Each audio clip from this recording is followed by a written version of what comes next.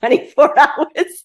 And Oh I my had gosh. no training, no articles, Oh my goodness. nowhere near enough resources or capacity to handle that. I mean, I'm thinking 3 months to get 50 people, 754 turning up overnight, absolutely blew those fluffy socks off.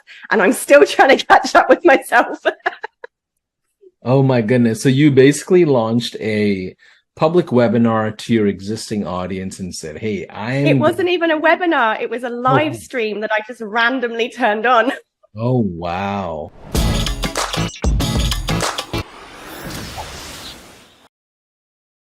Welcome everyone to another episode of our high level podcast called the Spotlight Sessions, where we talk about SaaS technology, a little bit of everything in the agency world, the SaaS world. And today I have a very, very special guest, Sarah, and she's all the way from Australia. And matter of fact, it took us several weeks and quite a bit to get this session scheduled.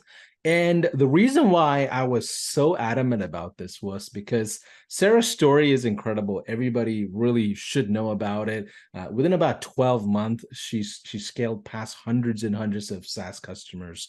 And there's a lot of organic strategy that she implemented behind that. And Sarah is a Female Entrepreneur of the Year 23 award winner, which is a very prestigious honor. And Sarah, tell us how you found High Level. What's your story? How are things in Australia? And you have such great, unique market there. But help us understand your story. Thanks for being here, by the way.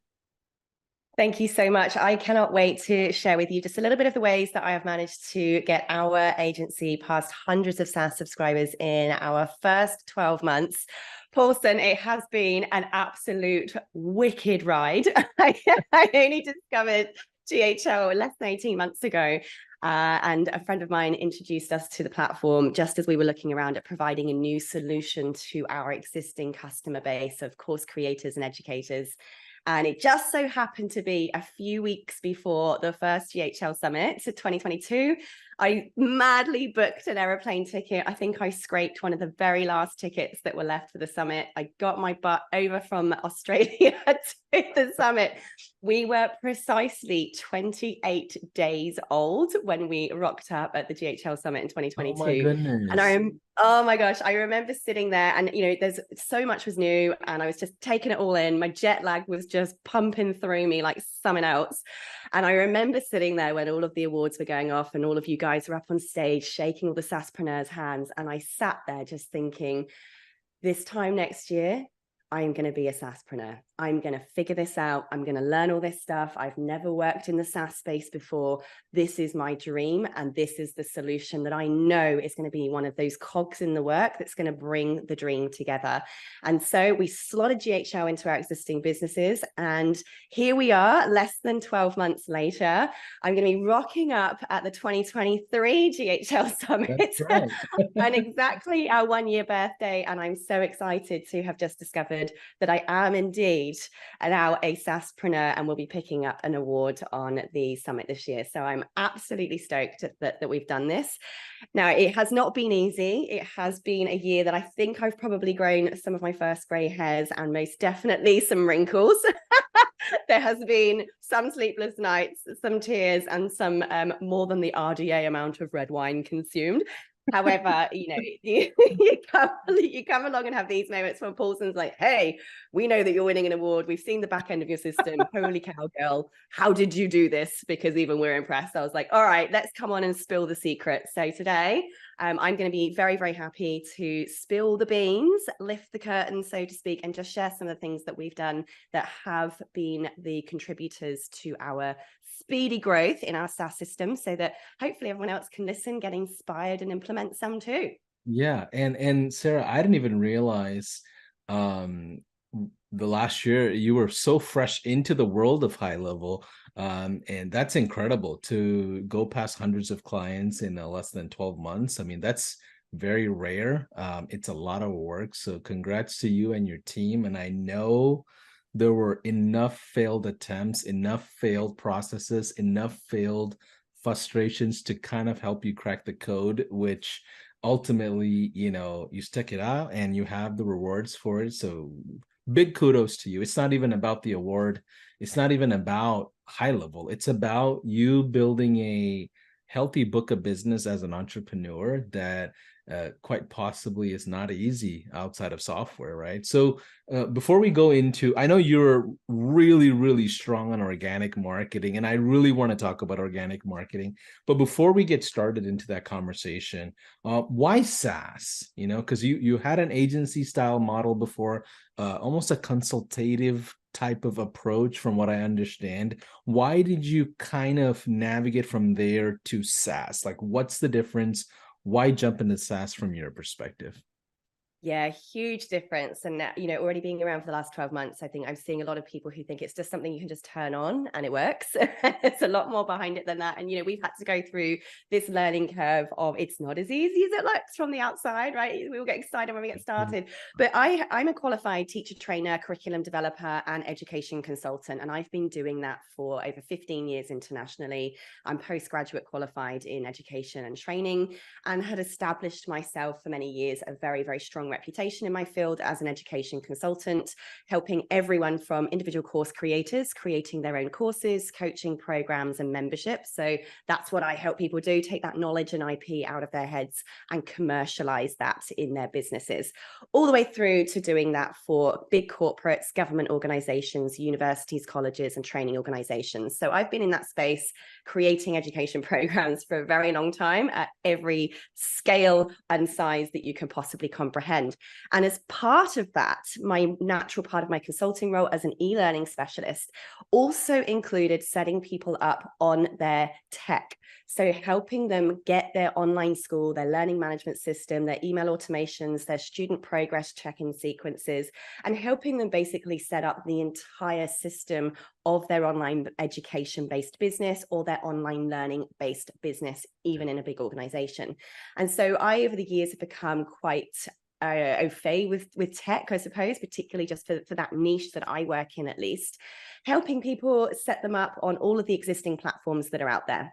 So, I've been working as a verified partner and consultant with the likes of Thinkific, Kajabi, LearnWorlds, Podia, ActiveCampaign, all of those kinds of bigger LMS IPO platforms out there.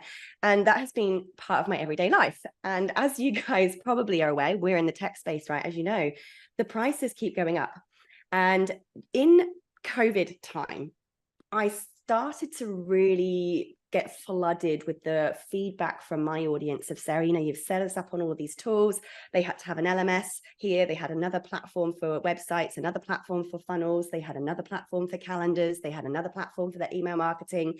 And basically, my audience was starting to experience this absolute snake's wedding of tech, right? Everything's tangled up like one giant snake's orgy, and one zap breaks and everything's broken, and it becomes a total mission to figure out what bit's gone wrong. Then the prices just kept doubling on every platform out there.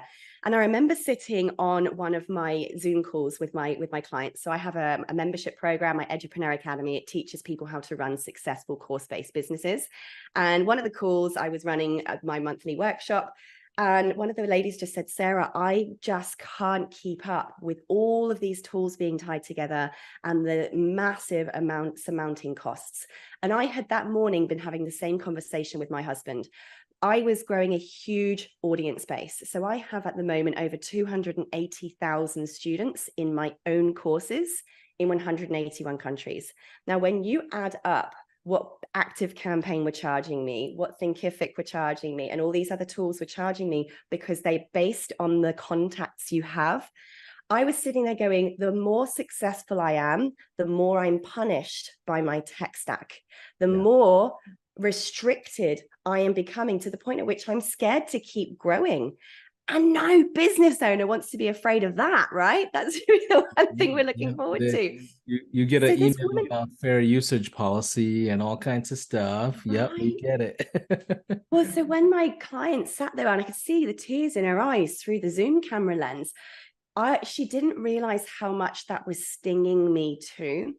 And I thought, my gosh, something has to be done. And she said, Sarah, why can't you just start your own platform? Because we know you wouldn't do that to us. We know that you care about us growing, and please help us fix the industry. I was like, that's a pretty big ask, but you know what? I'll do something. So I went madly looking around. Do I code something from scratch? What do I do? Do I tie together different tools?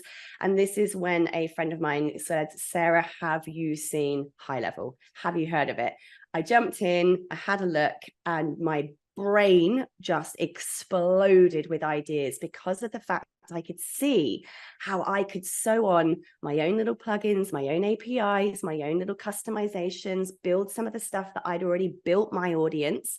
I knew I could just replicate that inside the system and create something that was exactly what my audience need, without the tech tangles, without the headaches, without the massive costs, and still with me as their supporter, their helper, their coach, their guide, and their doer. And boom, did it take off. So those of you that are watching and maybe you don't even know anything about High Level, I'll tell you in a quick 10-second run what High Level is. We've taken the best features from almost every platform out there and put it into one place to centralize all automation, all marketing, and all software and sales features in one place for you to create your own world of automations, your own world. Like it's almost like the Legos, if I may say that, for the business world, and you can create whatever you want. And we have hundreds and hundreds and hundreds of features, and we have one small fee and price. You can white label it, you can create SaaS and create subscriptions around it. So when Sarah says, yes, I found High Level, but it centralizes hundreds and hundreds of features into one place, it's very liberating for a business in any way. But now you need to be an expert in some sort to be able to take the solution and take it to your client. So for that, I understand you use a lot of organic strategy, and that's really what I want to talk even further about. Well, it's really interesting because I remember when I sort of was like, right, High Level is going to definitely be my skeleton, my structural base, if you like, on which I'm going to customize and build this unique solution to my specific audience of course creators, coaches, and consultants. And so I got this massive piece of paper. I'm all about goals and vision, right? You have to be clear what you want. And I'm very numeric focused. I'm like, that's something that can't lie. Numbers cannot lie, right? Our dreams can lie. Our imposter syndrome can lie. Our feelings can lie. Numbers simply cannot lie. So I'm very, very focused on that in driving a business. So I was like, right, this was September 2022. And it said, right, not too long ago. Not too long ago. I want to have 50 beta testers by December 2022. So I gave myself 3 months to get 50 testers come in and just play in the system, have a go, give it a little test drive, give me some feedback so that I can then iterate it into, getting the right features, adding on more add-ons, adding on more APIs to make it right for my audience of people. And I basically didn't expect it to particularly kick off. I planned for it. I wanted it to. I dreamed it to, but I turned on a live stream. Now, this live stream, FYI, is still publicly available. I rocked up fairly casually. I was wearing some fluffy socks in my spare bedroom office. And I just said, guys, I've got an announcement for you. I've got this new thing. Forget Thinkific, forget Kajabi, forget Active Campaign, all the wording that my audience are used to. I said, I've got rid of them all and I have made a new solution. And here it is. We had 754 people sign up in the first 24 hours. And I had no training, no articles, nowhere near enough resources or capacity to handle that. I mean, I'm thinking 3 months to get 50 people, 754 turning up overnight, absolutely blew those fluffy socks off. And I'm still trying to catch up with myself.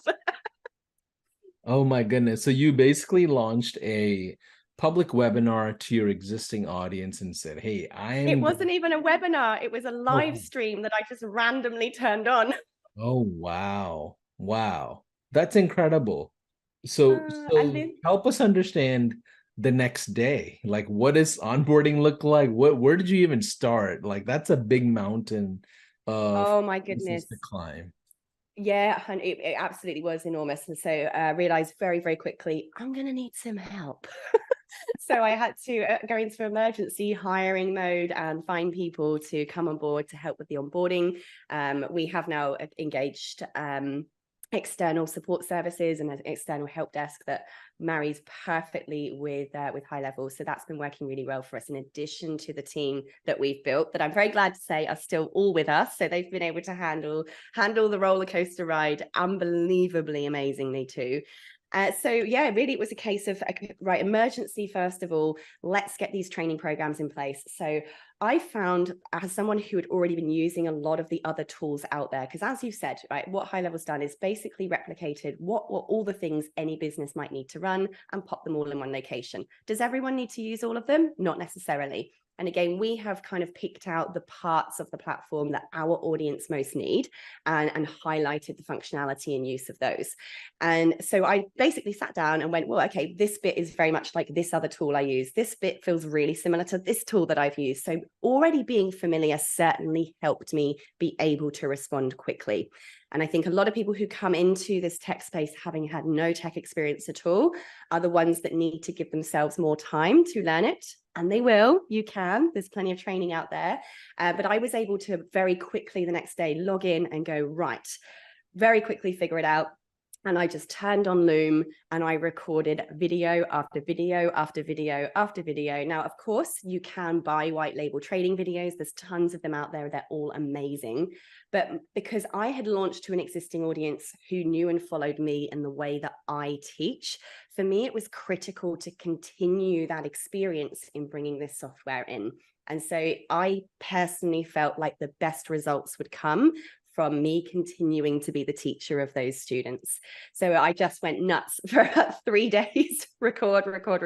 I put an entire course together on how to use our system within a couple of days, chucked all of that in, and boom, we basically had the training then available. Since then, I've continued to upload all of those training videos to YouTube, and we keep those updated all of the time.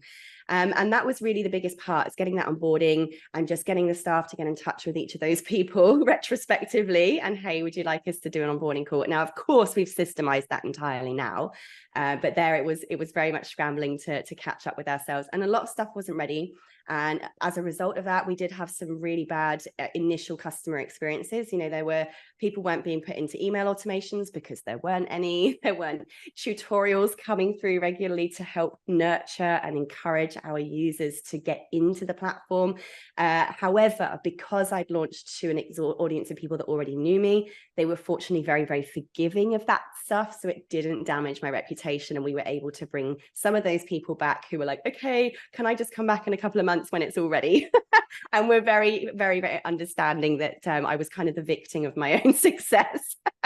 And luckily now, all of those creases are ironed out, and we've managed to get that streamlined experience down to something that has got us ranking 5-star consistent reviews. And we've now won, I think, over 7 industry awards for best customer service in Australia for a SaaS platform, and best customized SaaS over here in Australia as well. So I'm really proud of the pushing through we've all done to fix that stuff. So let's pause for a quick second. I want to unpack this. So what you did was go out to the market and say, yes, I have an offer, even though it's not completely ready. You knew the business model, you knew the intention behind it. So you decided to just launch and then come back and build, right? So to me, that's the first lesson every SaaSpreneur has to take away from this. A lot of tech-oriented, engineer-minded SaaSpreneurs that were previous agency owners, they're drowned in the workflow, Sarah. They don't do the sales aspect. They wait for that perfected state of their product before they launch. And I think that's the first observation that I always find with SaaSpreneurs. They don't launch. Do you feel like, maybe not at the 750 level all at once in 24 hours, but do you feel like it's good to just go ahead and launch at and then create and build after? Do you feel like that's the right decision? I think it depends on the personality of the entrepreneur, to be honest, because doing that means you have to be ready to ride the wave. Like you've got to be ready to jump in that water and just go with whatever freaking storm is flying behind you. Because, whether it's one person who's extremely needy or 500 people going, where's my onboarding call? Either way, you are facing something where you're going to have to act and run and be able to handle and be resilient enough to deal with whatever stresses that brings. And it is certainly stressful when you're trying to catch up with constant customer demands, which, as you know, today are extremely high. However, I also am very much a massive advocate in my business mindset, full stop, of, I think it's Jim Rohn, it's fail forward. Fail forward. You're going to learn way more by doing stuff than by reading stuff. I always say school can teach you so much. It's getting out there in the workplace and just getting your hands dirty on the tools that makes you learn stuff. This is the same. And I always said to my students, I would rather you go to market with version 1 of something that's a little bit ugly, a little bit messy, a little bit wrinkly, because only once you have something there do you then get feedback enough to know what to iterate, what to change, how to evolve it, and how to make it better and get it to version 2. I always describe, to help people create courses, your first course, your first workshop, your first webinar, it's a bit like birthing, giving birth to something, because it is. And this is the same, like launching any business here is you're giving birth quite literally to something new. And I don't know how many of you have got kids or know someone with kids or have watched one of those movies where someone's giving birth. It ain't pretty, right? It is stinky. It is ugly. It's messy. It's a little bit scary. Somebody's swearing, someone's spewing, right? Either way, we still look at the baby and go, oh, it was so worth it. And is the baby finished product? Of course it ain't a finished product. Then we nurture the baby, we feed the baby, we keep changing the baby, right? And we grow the baby up into bigger versions of itself. And this is the same. So I am so about get something ready. Version 1, throw it out there, see what happens, ask for feedback, and be ready then to just keep running and adding those changes and adding those iterations and just keep on failing forward, because it's never finished. It's never going to be finished. It's never going to be perfect. The market changes, the customer's needs change, you change, and you've just got to keep on evolving all the time. Yeah. So scaling past the 100 SaaS client mark using organic strategies. I mean, the first thing I would take away from this conversation so far is launch without having to perfect anything, fail forward, fail fast, fail cheap, right? What is the second big pillar that you realized about the business? What was it? Experience? Was it a certain thing? Like after that initial 750 or 800 clients, like what's the second pillar that you can share with us that is like you must know this? There are definitely quite a few. I think one of them is the fact that if you can stick to one kind of core niche, it's going to help you, because when you go into a high level, like anything like me, your brain is going to be blown by just how much potential there is. And I think a lot of us go, oh my God, we can give away all of this. You can, absolutely. But focus on one specific group of people and their one biggest core need. So I've come from a background of course creation, education, and course creators. So I'm going to focus on the membership side. Can they still have all the other features? Of course they can. But I predominantly promote, hey, this is your course platform, for instance. Now I could spend all of my time going, this is everything for everyone. You can do this, you can do this, you can do this. The message is going to be super unclear. And I would have all different kinds of people coming in for all different kinds of reasons. And if I had tried to promise everything to everyone from day one, I don't think I would have been able to service all of those needs. Whereas I was able to focus really clearly on one specific of people, and that has helped in not only being able to service adequately, train my staff adequately, but also to continue marketing at a very, very direct point of the market, which really helps. The second thing is also just making sure that you are always listening and learning. Learners are the biggest earners. Do not become arrogant enough to think that you know it all, or that your customers are dumb, or you have to listen, because sometimes what they're saying is actually a huge light on a massive error that you have going on behind the scenes in terms of your systems or your delivery or your service. And the quicker you fix that and show that you're responding to that as thanks to them raising it, the more gratitude you get back from your clients, and the more you're seen as a client-centered organization, which then make them go out and promote you even more. So they have been two very important parts, is that's making the customer part of our service delivery. Yeah, so this feedback loop that Sarah's talking about, this is something High Level was built on. Like, we listen to our agency owners. If they feel like, hey, there's a certain issue with one of the developments, or there's a missing feature, we have something called like the ideas board. You can throw your idea on there, get enough votes, and if it's relevant enough, we'll go spend our, hundreds of thousands of dollars and go develop that and make it relevant. So like, I don't know if, and you talked about the birthing process, right, of a company, and that's kind of exactly how High Level launched. Like, the very first version of High Level was sold to plumbers, 200 plumbers, who Sean and Varun, this is before Robin even came into the picture, Sean and Varun sold it to home services in the plumbing space. Those guys all onboarded and bought it all up, and everything was happy until the first like 10 days goes by. They're like, oh, we don't know how to use this thing. This is way too complicated. And literally all 200 of the very first clients all canceled. Wow. They all churned out. One of those plumbers was a agency client of Robin's agency. And that plumber connected Robin and the other two founders together.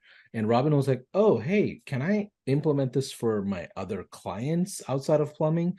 And the only thing they really had inside High Level was the two-way text message. And there was no other features. So when we started, implementing it and showing it to fellow agencies, guess what?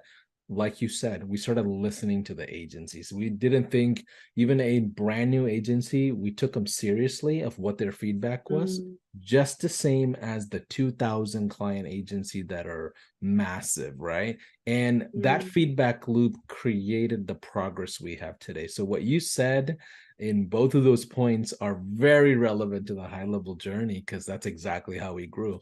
What would be the third thing that you say is very critical to the organic marketing methods and scaling way past, hundreds? Yeah, I'm going to kind of slip two together. The second thing that's really important is to make money as fast as possible.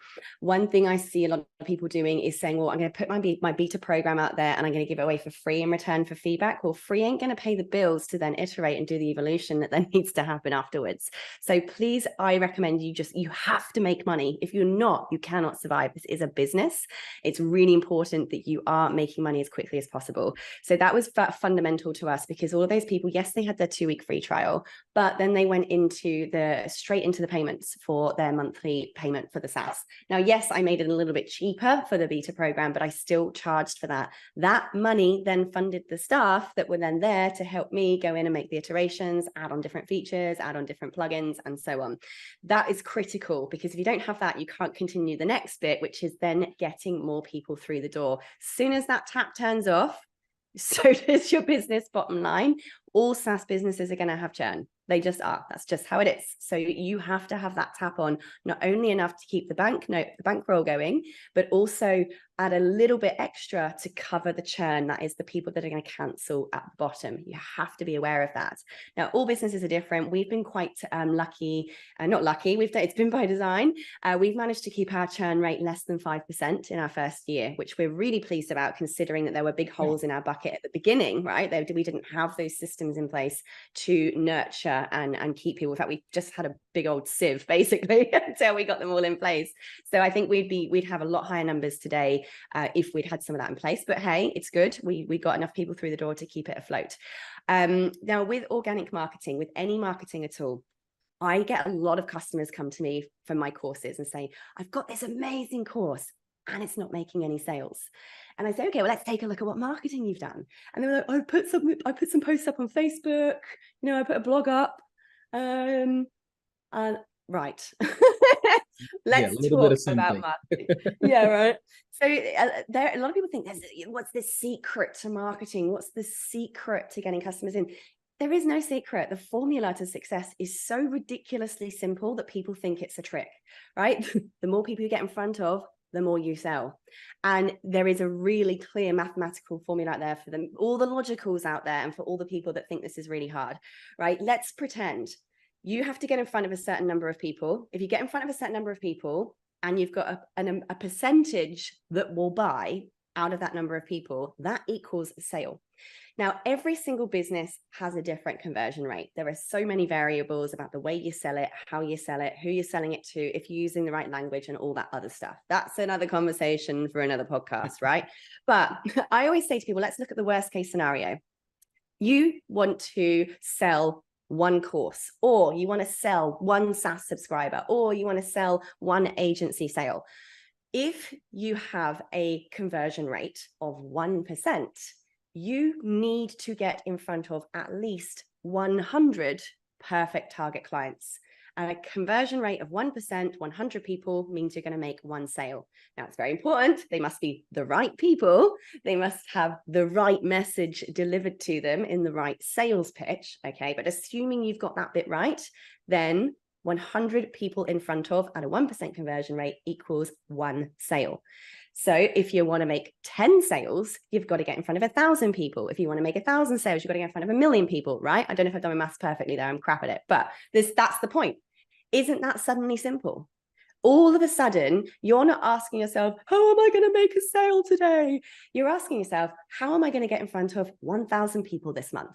1,000 of the perfect people this month. So if you know who your niche is, let's go back a step, right? I target course creators, although I could sell to everyone. And it pains me as an entrepreneur to cut out people that I could be selling to, right? I focus on that one niche and I go, okay, now I know who they are. Now I know how to get in front of 1,000 of them, because I know what podcasts they're listening to, or what Facebook group they're in, or what other people they're buying from, or what conferences they're at, or what books they're reading. That I can go and reach them, or I could turn ads on and target what kind of software they might be using, or what kind of celebs they might be following. And the same is for all of us. No matter what industry you're in, no matter what you sell, this process is exactly the same. It's simple numbers. Get that right, and you will always have enough people pouring through the top with the churn coming out the bottom to keep your business scaling over and over and over again. Yeah, I love this because I assume you're a big reader, Sarah. Have you ever heard of the book The Ultimate Sales Machine by Chet Holmes?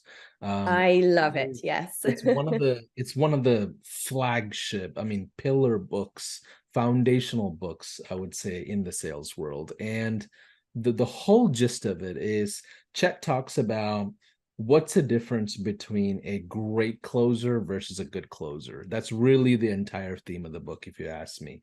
And the real difference is volume of at-bats, right? The amount of swings that they take at the baseball or the cricket ball, whatever. In Australia, it's a little different, right? But either way, the amount of swings you take is what really differentiates you as a great closer versus an average closer. And most agencies don't know the volume that makes sense for them. They don't know how many sales cycles must be alive in a monthly run. And internally, we used to say, hey, can we get one offer in front of a person every single day? Minimum 30 offers being presented, minimum per person. And if you have an organization of like 200 people, and every single person is at least making sure one offer is presented to at least one person, that's a massive amount of presentations. And that's literally how the way High Level grew from an affiliate standpoint, internal marketing standpoint. We didn't even have a sales team, but this is the mantra that we really followed internally. Make sure at least one person sees an offer from you every single day, right? And that's and this is what we do. And that's a theme that we did to grow initially. Sarah, what are some things? I know there's a lot to unpack here. Some of you may want to watch this 2 or 3 different times to just take notes. But what are some other things that organically that we should consider? Well, you've segued really nicely there into one of the fundamental strategies that I use to build my whole entire education side of my business that worked so well that this is what I replicated in my SaaS business too. So with my education-based business, I've been very, very strong in organic marketing content and what I call edu marketing. educating your audience profitably. Coming from an education background, obviously this just really fit with my core values as well. So I've always put a really strong emphasis more on educating the market so that they choose to buy themselves based on the fact that they understand and know the product, and they've sold it to themselves by being educated. And it's worked really, really well for me, and it works really well for a lot of my clients as well. So every day, how can I get in front of people? One way that all of you can do right now that is completely free of charge, you're holding it in your hand this very second, aren't you? Your phone. And this is an absolutely free strategy for you to reach thousands of people a week, is to simply pick up your phone, list down the top questions that people are asking in your field, turn that camera on and answer it, and use the high-level social media scheduler to schedule it to go out across all of your social media channels. And this is what I do. Go to ChatGPT if you're not sure. Like if you work in serving real estate agents, type in real estate agents, most common questions about tech, real estate agents' most common needs or something, and answer those questions. ChatGPT can even help you come up with the answer. But this is where you're not only going to be positioning yourself as an expert in your field, but also you're showing people that you know what you know, rather than trying to convince them that you know what you say you know. They get to witness, see, and experience for themselves how passionate you are, how much you love it, that you truly do know your thing inside out, and that you happen to have a solution to take it to the next level. Passion is important when you're talking about your niche and who you want to serve. A lot of people come to me and say, now new people have started to discover my SaaS software, that didn't know me before, and going, I've just seen your videos. You're just so, you clearly are so passionate about this. You love it so much that I couldn't help but be completely magnetized to coming and following you, even though I know I could go to all of these different other platforms that exist out there. You're putting your personality across when you get on the camera and you start sharing your knowledge and expertise. And the next part of that is mixing it up with demos too. So again, thinking to yourself, what are the biggest challenges the people I want to work with serve? What is it they're struggling with? What's driving them freaking batshit bonkers with all of the other tools that they're using? And simply creating these mini bites of demos. So I would come out, I know that a lot of my audience are like, how do I make a membership? How do I do a membership subscription for my coaching program?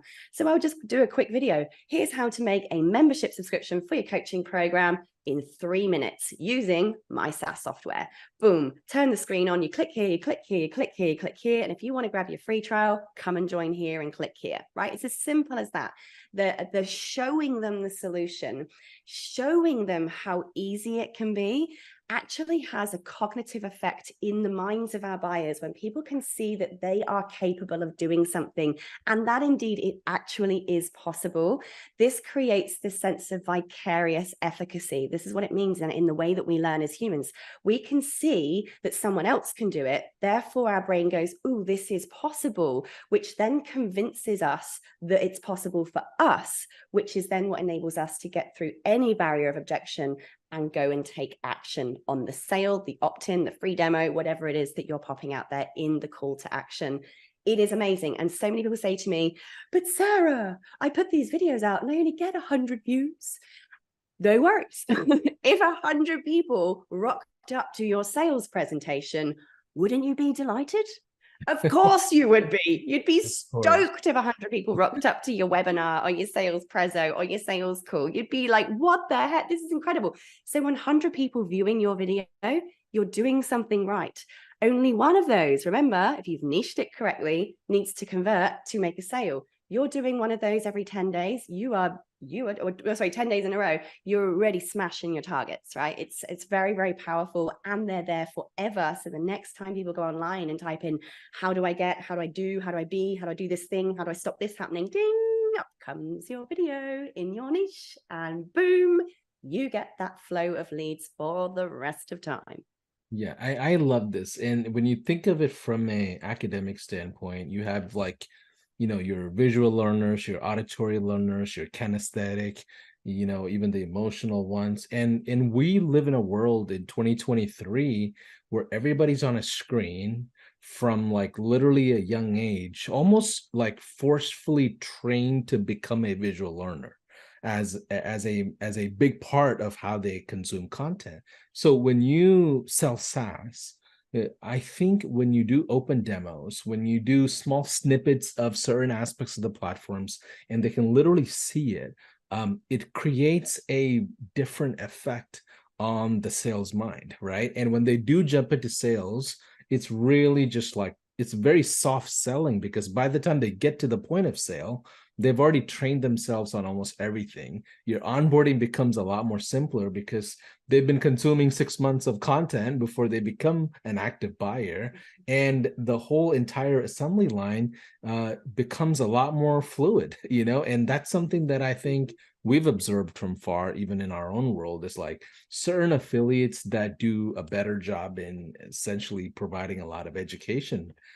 Sometimes the audience that they bring go through our ecosystem in a very soft way, versus someone who's just like, hey, get rich quick, real quick, here's a software solution, blah blah blah, and they don't provide a lot of things. What they do is that audience comes in because they're great at closing and deals and things like that, but when they come to our onboarding, you can see how there is such a resistance for them to then start learning, then start moving, then actually become great SaaS users. So what you're saying is absolutely right. There is a big difference in not only from a content and marketing standpoint, but from a SaaS onboarding standpoint and client success to lower churn. Like that whole entire piece is there. So we've talked about a lot of different things. Any final words that you want to share when it comes to organic marketing strategies? I mean, I've never heard of anybody scaling past 800 to 1,000 plus clients in such a short run. But I think there's a lot to learn here. Yeah, consistency is absolutely key. It really, really is. People even people actually following you on your socials only see around 1% of what you post and put out there. So if you are making sure that you are making it impossible for you to not be seen by simply posting as daily, if you can. So on my personal channels, separate from my SaaS, I am constantly putting tip videos out there pretty much daily, all of the time. I'm doing live streams. I'm contacting my email list, making an active point of growing a list as fast as possible and being in touch with those people regularly. I am, going out there and giving my time to speak for free on summits, on podcasts like this, going out and speaking at conferences where I know my audience are going to be, going to networking events, sponsoring an exhibition stand to be there. And of course, not all of these things have to be expensive. One thing that we did with somebody who wanted extremely high sponsorship package for us to pay for in our early days, I was like, I'm not investing in this yet. We're still a startup in this side of our stuff. So how about we do a swap? I will give you a service for free in exchange for me having a sponsorship position, and they let me have a sponsorship position. I got in front of their audience and made lots and lots of more sales there. So it's about being creative, again, focusing in on where are my audience and how can I get in front of as many of those as possible in the way that's going to work best for that particular group of people. And you just have to keep sticking to this all the time. Again, don't think that you can saturate the market or that the market is saturated. For a start, half of the world don't even have the internet yet. So the date of recording this today, half of the world are not even on the internet. Now that is huge. If you had every customer there is to have, you wouldn't be able to service them anyway. And on top of that, out of all the people who already are in the world and all of those that are coming, there are always new people coming down the stream. So yes, I may have taught everyone that could possibly be taught course creation right now today, but there are brand new people waking up every single morning realizing they want to create a course and are pouring towards me. Your industry is exactly the same too, in whoever it is that you are helping. There are always new people every single day discovering and pouring into your industry, and you must be consistent in staying out there, being online, coming up in their search results, doing those blogs, being on the right hashtag threads that they might be following on social platforms, so that they discover you by accident and by purpose when they start looking for the type of services you provide. If you keep that up consistently forever, you can't fail. It's as simple as that. Well, Sarah, I appreciate that. I don't want to add to it. That was perfect. I'm excited to see you at the conference this year. I don't know if you're coming. Can't wait. I believe you are. Okay, awesome. I'm coming from Australia. I've got to somehow top last year's costume though. There was the cow. I was told it was a cowboy casino or casino Oh yeah, cowboy or something like that we party. had, I yes, just we did. So I rocked up in a giant inflatable horse, and I had no room for any other clothes in my suitcase, so it was hilarious. And on top of that, someone then bought it off of me for a charity donation to my charity. They're like, "Can I buy your horse?" I was like, "Only if you donate to my charity." They did, and I had to Oh my strip God. off, hand Yeah. over the horse. I walk around in my undergarments for the rest of the night. So the reputation precedes me, and somehow I've got to top it this year. Oh man, It's I gonna be love good. it. I love it. This year is going to be, even more amazing than last year. And last year, Oh my gosh. our own teams like put it all together internally. Like we didn't even hire an external events management company. Our own Crazy. employees and team members, we literally came up with ideas and launched it. Like literally went on YouTube and like searched how do you do XYZ and got it done. And that's what we're doing this year as well. A little bigger of a crowd, but we're so excited for it. We're excited to have you on stage this year and getting your award as well. Congrats to you. And if any of you are watching this podcast and if you're not even on high level, I don't know what you're waiting for. Please just go try a 14-day trial. We're just normal people that don't bite, and we just want you to do good when it comes to the world of business. And likewise, we'll see you on the next episode. Take care.